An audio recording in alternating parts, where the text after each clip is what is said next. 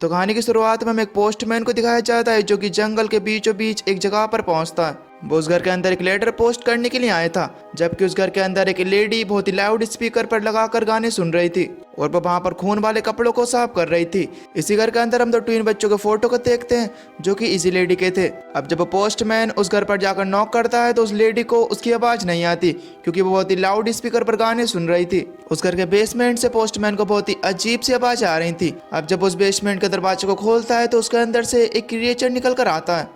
वो अजीब सा दिखने वाला क्रिएचर इसके बाद पोस्टमैन को अंदर की ओर खींच कर ले जाता है। खैर अब इसके बाद हमें 30 साल बाद का सीन दिखाया जाता है जहां पर हम देख पाते हैं कि अब उस फॉरेस्ट को कैंप एरिया के तौर पर यूज किया जा रहा है और वो ऐसा कैंप था जहां पर सोशल मीडिया और मोबाइल से एडिक्ट बच्चों को लाया जाता था और यहाँ पर उन बच्चों को कुछ ऐसी चीजें सिखाई जाती हैं जिससे कि उन बच्चों की ये आदतें खत्म हो जाएं। अब उस जगह पर एक कैंप आता है जिसके अंदर टोटल 50 बच्चे थे।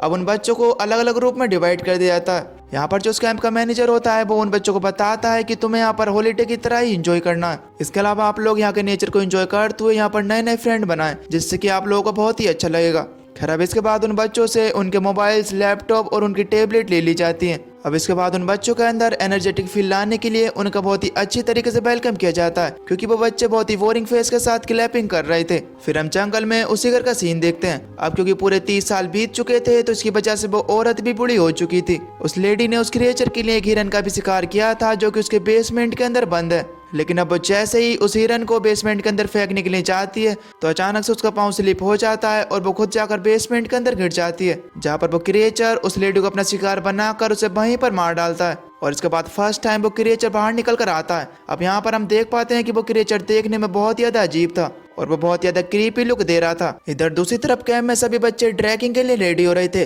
और यहाँ पर हम एक लड़की को देख पाते हैं जिसका नाम जोसिया था। खैर अब इतनी देर में वहाँ पर एक फादर आ जाता है जो कि उन बच्चों के लिए प्रे करता है और वह वहाँ पर उन बच्चों के मोबाइल्स और टैबलेट पर होली पाउडर को छिड़कता है और कहता है कि इंटरनेट और मॉडर्न टेक्नोलॉजी बच्चों के लिए बहुत ही बड़ा खतरा है। वहाँ पर एक लड़की जोसिया के ग्रुप को लीड कर रही थी और उस ग्रुप में टोटल 5 बच्चे होते हैं जिनके नाम होते हैं एना, विल, जूलेक और स्टीव। दरअसल ये सभी लोग अपना सभी सामान लेकर 2-3 दिन के लिए ट्रैकिंग के लिए जा रहे हैं। खैर अब इसके बाद जब ये लोग जा रहे होते हैं तो तभी स्टीव और जूलेक में वहां पर लड़ाई हो जाती है जिससे कि स्टीव को थोड़ी सी चोट आ गई थी।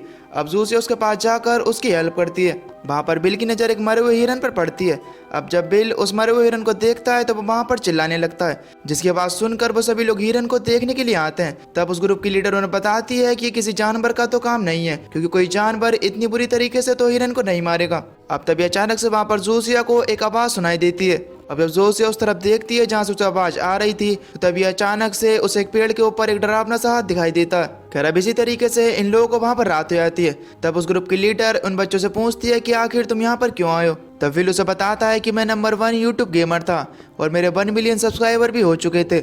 विल उसे बताता है कि मैंने इतने सारे सब्सक्राइबर बनाने के लिए कई बार अपनी क्लासेस भी बंद करी जिसकी वजह से मेरे पेरेंट्स को ये चीज़ सही नहीं लग रही थी और इसके बाद मेरे पेरेंट्स ने मुझे यहाँ पर भेज दिया। खैर अब इसके बाद उनके ग्रुप में से जूलेक जाकर नदी के पास स्मोकिंग करने लगता है। अब तभी उसके पास वहाँ पर एना भी पहुंच जाती है।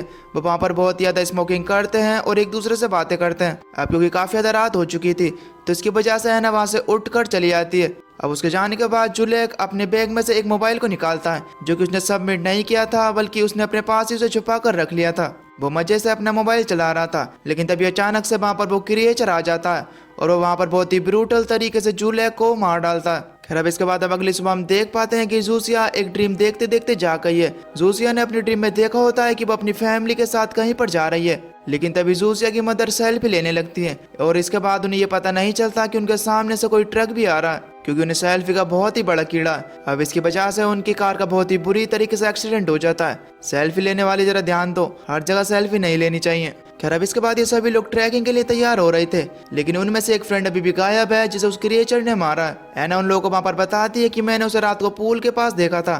खैर अब इसके बाद ये लोग उस पूल के पास पहुंचते हैं जहाँ पर जोसिया को एक पेड़ के ऊपर खून के निशान मिलते हैं। अब वो लोग वहां पर उसे ढूंढने की बहुत ज्यादा कोशिश करते हैं लेकिन वो उन्हें कहीं पर भी नहीं मिलता। खैर अब इसके बाद उस ग्रुप की लीडर जोसिया और बिल के साथ उसे ढूंढने के लिए जाती हैं और इधर एना और स्टीव भी बैठे हुए थे। ये लोग कैंप के पास बैठकर ही कैंप का ध्यान रख रहे थे। इधर ये तीनों लोग अपने फ्रेंड को ढूंढते ढूंढते उस जगह पर पहुंच जाते हैं जहाँ पर वो क्रिएचर रहता है अब जब वो उस घर के बेसमेंट को खोलते हैं तो उन्हें उसके अंदर से बहुत ही बुरी स्मेल आ रही थी। अब ये फ्रेंड उस बेसमेंट के अंदर जाते हैं जहाँ पर उन्हें अपने उस फ्रेंड की डेड बॉडी मिलती है जिसका बहुत ही बुरा हाल था। अब ये लोग अपने फ्रेंड की ऐसी हालत देखकर बहुत ही ज्यादा डर जाते हैं, लेकिन तभी वहां पर वो क्रिएचर भी पहुंच चुका था।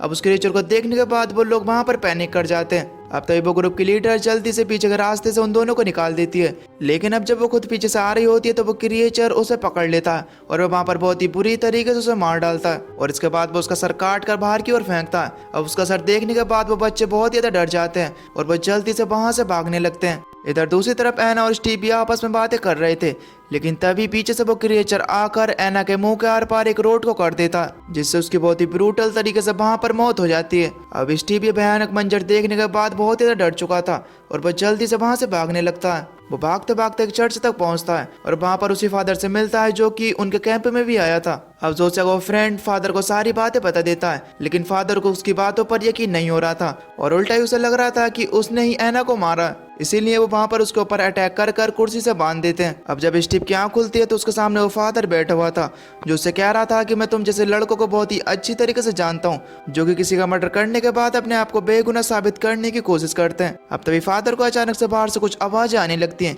इसलिए वो चेक करने के लिए बाहर जाता है। बाहर वही क्रिएचर खड़ा था।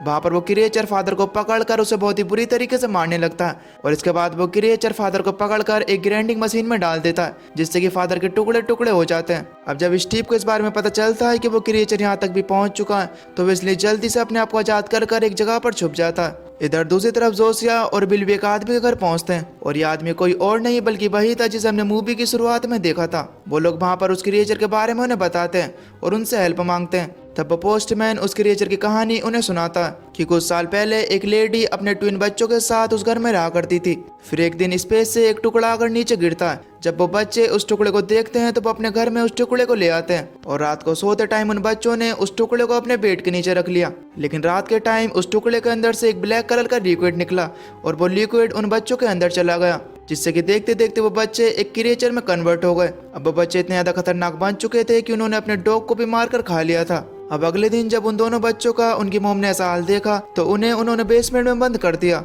और उन्होंने कभी भी अपने बच्चों को बेसमेंट का दरवाजा खोलकर बाहर नहीं निकाला और वो सालों तक अपने बच्चों को उस बेसमेंट के अंदर ही खाना देती रही। और फिर एक दिन किसी न किसी तरीके से उन बच्चों ने अपनी माँ को भी मार दिया। अब मैं आपको बता दूं कि वो क्रिएचर और कोई नहीं बल्कि वो बच्चे हैं, जो कि एक नहीं बल्कि दो हैं। अब यहाँ पर ये बच्चे बहुत ज़्यादा डरे हुए थे क्योंकि किसी को कांटेक्ट कर यहाँ पर बुला भी नहीं सकते क्योंकि इनके पास फ़ोन नहीं है। इनके फ़ोन तो पहले ही उसने ले लिए। अब तभी वहाँ पर जोसिया को आइडिया आता है और वो सोचने लगती है कि उन्हें फ़ोन मिल सकता है क्योंकि जब उस क्रिएचर ने जूलिया को मारा था तो उसके पास फ़ोन था जो कि उसने बचा कर रख लिया था। अब इसके बाद ये लोग डिसाइड कर लेते हैं कि वो उस क्रिएचर के घर जाकर वहाँ पर जूलिया की बॉडी में से मोबाइल को निकालेंगे। खैर अब इसके बाद ये लोग उस घर के पास पहुंच जाते हैं। वहां पर पहुंचने के बाद जोसिया बिल को एक नाइफ देती है और वो वहां पर उसे बाहर रुकने के लिए कहती है और खुद अंदर जाकर फोन को लेने लगती है। वो वहां पर फोन लेने में तो कामयाब हो जाती है, लेकिन इससे पहले कि वो वहां से निकल पाती कि तभी पीछे से वो क्रिएचर आ जाता है और वो क्रिएचर जोसिया को भी पकड़ लेता है। लेकिन हैरानी की बात तो यह है कि जोसिया को वो क्रिएचर नहीं मारता बल्कि वो उसके करीब आने की कोशिश करता है। यहाँ पर हम समझ पाते हैं कि उस क्रिएचर को जोसिया पसंद आ गई है। अब तभी अचानक से पीछे से विल आकर उस क्रिएचर पर अटैक कर देता है। अब वो क्रिएचर बिल के ऊपर अटैक कर उसे बहुत ज़्यादा इंजर्ड कर देता है और फिर वो जोसिया के ऊपर भी अटैक कर उसे बेहोश कर देता है। अब जब जोसिया को होश आता है तो वो देख पाती है कि बिल बहुत ज़्यादा दर्द में और वो अपनी आखिरी सांसें गिन रहा है क्योंकि उसके पेट में चाकू घुसा हुआ था। अब विल जोसिया से कहता है कि तुम मेरे पेट में से चाकू निकाल दो ताकि मैं इजीली मर जाऊं। अब जोसिया ऐसा तो नहीं करना चाहती थी, लेकिन फिर भी वो रोते हुए उसके पेट में से वो चाकू को निकाल देती है और ऐसा होते ही जोसिया को उस फ्रेंड की मौत हो जाती है। वहां पर जोसिया देख पाती है कि उसकी क्रिएचर ने उसे चैनों से बांधा हुआ है क्योंकि उसकी क्रिएचर को जोसिया अच्छी लगती थी और वो जोसिया को मारना नहीं चाहता था। लेकिन जोसिया किसी तरीके से अपने आप को आजाद कर वहां से भागने लगती है, लेकिन तभी उसे अचानक से ध्यान आता है कि उस क्रिएचर ने इनके पूरे क्रू को खत्म कर दिया और वह जीते जागते शैतान को ऐसे तो नहीं छोड़ सकती क्योंकि उसने अगर ऐसे छोड़ दिया तो वो आगे भी और लोगों को मारेगा। अब जोसिया वहां पर थोड़ी सी हिम्मत दिखाती है और एक मसेटी उठाकर ऊपर आने लगती है। वो धीरे धीरे उस बेसमेंट से बाहर निकलती है। वो वहां पर देख पाती है कि वो क्रिएचर वहां पर सोया हुआ है। इसके बाद जोसिया उस मसेटी की मदद से उस क्रिएचर को वहीं पर मार डालती है। इधर दूसरी तरफ हमें उस पोस्टमैन को दिखाया जाता है जिसे अपने डोर पर किसी के होने का एहसास होता है, इसलिए वो जल्दी से अपनी गन उठाकर वहां पर फायर करता है क्योंकि उसे लग रहा था कि सामने एक क्रिएचर खड़ा हुआ है। लेकिन अब जब वो वहां पर जाकर देखता है तो उसे पता चलता है कि वहां पर वो क्रिएचर नहीं बल्कि स्टीव था जो कि मदद मांगने के लिए यहाँ पर आया था। अब क्योंकि उसे गोली लगी हुई थी तो इसलिए वो तड़प तड़प कर वहीं पर मर जाता है। इसके बाद हम देख पाते हैं कि पुलिस ऑफिसर अपनी गाड़ी में बैठकर उसी जंगल में से जा रहा था, लेकिन तभी अचानक से उसके पास जोसिया आ जाती है और वो वहाँ पर उस पुलिस ऑफिसर की गाड़ी को रुकवा लेती है। जोसिया उसे अपनी सारी रियलिटी के बारे में बताती है कि उसके साथ क्या क्या हुआ। वो पुलिस ऑफिसर जोसिया की मदद करने के लिए उसे अपनी गाड़ी में बैठा लेता है और इसके बाद वो उस कैंप तक उसे ले जाने लगता है। लेकिन रास्ते में उस क्रिएचर का ट्वेन भाई पड़ा हुआ था, जिसे देखकर वो क्रिएचर अपनी गाड़ी को रोक लेता है और वो उसकी मदद करने के लिए वहां पर जाता है। लगातार जोसिया उसे मना कर रही होती है कि वो एक क्रिएचर है, लेकिन वो उसकी बातों को नहीं मानता क्योंकि उसे लग रहा था कि वो किसी मुसीबत में। अब जैसे ही वो पुलिस ऑफिसर उस क्रिएचर के पास पहुंचता है तो वो क्रिएचर अपनी कुल्हाड़ी की मदद से उसे 2 हिस्सों में काट देता है। अब ये देखने के बाद जोसिया बहुत ही बुरी तरीके से डर चुकी थी, इसलिए वो जल्दी से पीछे से निकल कर गाड़ी को खुद ही ड्राइव करने लगती है। अब वो बार बार उस क्रिएचर को ऊपर उस गाड़ी को चढ़ा देती है, जिससे कि वो क्रिएचर भी वहां पर मारे आता है और इसके बाद जोसिया उस गाड़ी को लेकर वहां से भाग जाती है। अब इसके बाद हम 2 आदमी को देख पाते हैं जो कि जंगल में घूम रहे थे, लेकिन तभी अचानक से उनकी नज़र उस क्रिएचर पर पड़ती है और हम समझ पाते हैं कि वो क्रिएचर अभी तक नहीं मरा है। और इसी के साथ ये मूवी यहीं पर खत्म हो जाती है। तो दोस्तों, आपको ये मूवी कैसी लगी हमें नीचे कमेंट करके जरूर बताना। बाकी अगर आप चैनल पर नए हो तो प्लीज़ चैनल को सब्सक्राइब करके बेल नोटिफिकेशन को ऑल पर सेलेक्ट कर देना। मैं मिलता हूँ आपको नई वीडियो में, तब तक के लिए till then take care, love you, bye bye.